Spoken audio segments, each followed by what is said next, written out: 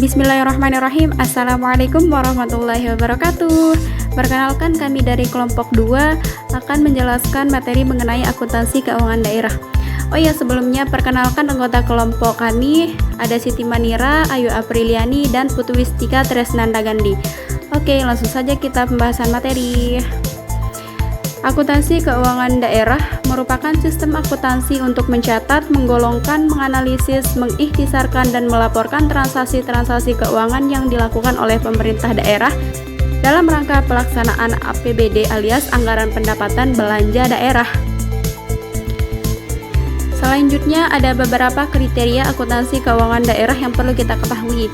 Ada akuntansi pendapatan dan piutang, belanja beban dan persediaan, belanja modal aset tetap, dana cadangan dan kewajiban, dana cadangan dan transaksi non-anggaran, dan terakhir akuntansi koreksi kesalahan, jurnal penyesuaian, dan jurnal penutup. Yang pertama, akuntansi pendapatan dan piutang. Akuntansi pendapatan yakni didefinisikan sebagai arus masuk atau kenaikan lainnya dari nilai harta suatu usaha dalam penghentian utang-utangnya atau kombinasi dari keduanya di dalam suatu periode akuntansi. Adapun klasifikasi pendapatan menurut Peraturan Pemerintah Nomor 71 Tahun 2010 dan Permendagri Nomor 64 Tahun 2013, yakni ada pertama PAD, yang kedua pendapatan transfer, dan yang ketiga lain-lain pendapatan daerah yang sah. Selanjutnya adalah mengenai akuntansi piutang. Piutang ini merupakan salah satu pos yang penting di dalam neraca, yang mana jika pada tanggal laporan keuangan masih terdapat hak pemerintah dalam menagih, maka hak tagih tersebut harus dicatat sebagai penambahan aset pemerintah berupa piutang tersebut. Selanjutnya ada pengakuan piutang, yang mana pengakuan piutang ini apabila telah diterbitkannya surat ketetapan, jika telah diterbitkannya surat penagihan dan dilaksanakan penagihan, dan increase academic performance. Oke, selanjutnya untuk pembahasan selanjutnya adalah terkait dengan yang kedua, akuntansi belanja, beban, dan persediaan akuntansi belanja dan beban. Belanja ialah kewajiban pemerintah daerah yang diakui sebagai pengurang nilai kekayaan bersih menurut Permendagri Nomor 13 Tahun 2006. Selanjutnya ada secara garis besar perbedaan beban dan belanja ialah: yang pertama, belanja itu diakui atas kas, dan sedangkan beban atas basis akuntansi akrual. Yang kedua, belanja itu merupakan pembentuk LRA, sedangkan beban itu pembentuk LO. Yang ketiga, bisa dilihat sendiri ya. Selanjutnya ada beberapa kriteria di dalam belanja. Ada pertama, belanja operasional, ada namanya belanja modal, dan terakhir ada namanya belanja yang tidak terduga. Selanjutnya, materi pembahasan terkait dengan akuntansi persediaan. Persediaan merupakan barang yang tersedia untuk dijual di dalam suatu kegiatan usaha.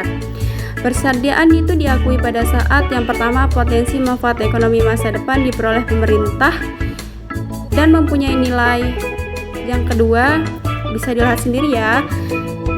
Selanjutnya ada akuntansi belanja modal. Belanja modal ialah pengeluaran anggaran dalam memperoleh aset tetap dan aset lainnya yang memberi manfaat lebih dari suatu periode. Ada 3 kriteria dalam melakukan belanja. Selanjutnya ada akuntansi belanja modal. Aset tetap didefinisikan sebagai aset berwujud yang mempunyai masa manfaat lebih dari 12 bulan. Aset tetap dapat diakui sebagai aset tetap jika memenuhi kriteria yang 4 tersebut. Adapun kriteria aset tetap, yang pertama itu ada tanah, peralatan dan mesin, gedung dan bangunan, jalan irigasi dan jaringan, KDP, dan aset tetap lainnya. Selanjutnya pembahasan terkait dengan yang keempat, yakni akuntansi pembiayaan, investasi, dan kewajiban terhadap akuntansi pembiayaan. Oke, langsung saja. Investasi merupakan aset yang dimaksudkan untuk memperoleh manfaat ekonomik seperti bunga, dividen, royalti, atau manfaat sosial sehingga dapat meningkatkan kemampuan pemerintah dalam rangka pelayanan kepada masyarakat umum. Selanjutnya ada akuntansi pembiayaan, merupakan setiap penerima yang perlu dibayar kembali dan atau pengeluaran yang akan diterima kembali baik pada tahun anggaran yang bersangkutan ataupun tahun anggaran berikutnya. Nah, penyajian laporan realisasi anggaran ini disajikan di dalam penyajian pembiayaan. Investasi diklasifikasikan menjadi dua, ada investasi jangka pendek, ada investasi jangka panjang. Investasi jangka pendek ini merupakan investasi yang dilakukan dalam waktu yang singkat, sedangkan investasi jangka panjang itu kebalikannya, itu lebih lama.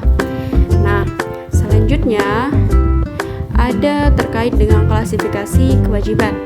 Ada kewajiban jangka pendek dan jangka panjang. Contoh dari kewajiban jangka pendek adalah utang perhitungan pihak ketiga, utang bunga, utang lancar, utang jangka panjang, dan lain-lain. Sedangkan kewajiban jangka panjang, utang dalam negeri, luar negeri, dan sebagainya. Yang terakhir atau yang kelima adalah akuntansi dana cadangan dan transaksi non-anggaran. Akuntansi dana cadangan merupakan dana yang disisihkan dalam menampung kebutuhan yang relatif besar yang tidak dipenuhi dalam suatu tahun anggaran.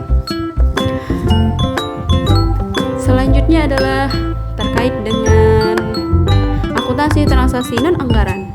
Merupakan aktivitas penerimaan pengeluaran kas yang tidak mempengaruhi anggaran, pendapatan, belanja, transfer, dan pembiayaan pemerintah. Contohnya adalah PFK dan kiriman uang. Oke, terakhir adalah terkait dengan jenis transaksi non-anggaran. Ada PFK dan kiriman uang, dan terakhir ada transaksi yang tidak tercantum di dalam anggaran pendapatan belanja daerah. Akuntansi koreksi kesalahan, jurnal penyesuaian, dan jurnal penutup. Koreksi kesalahan merupakan koreksi yang dilakukan atas laporan keuangan apakah sesuai atau tidaknya. Sedangkan jurnal penyesuaian itu dibuat di setiap akhir tahun. Dan terakhir adanya adalah jurnal penutup. Oke, itu saja penjelasan dari kami. Maaf jika ada salah kata atau salah ucap. Terima kasih saya ucapkan. Wabillahi taufiq wal hidayah. Wassalamualaikum warahmatullahi wabarakatuh. See you, bye-bye.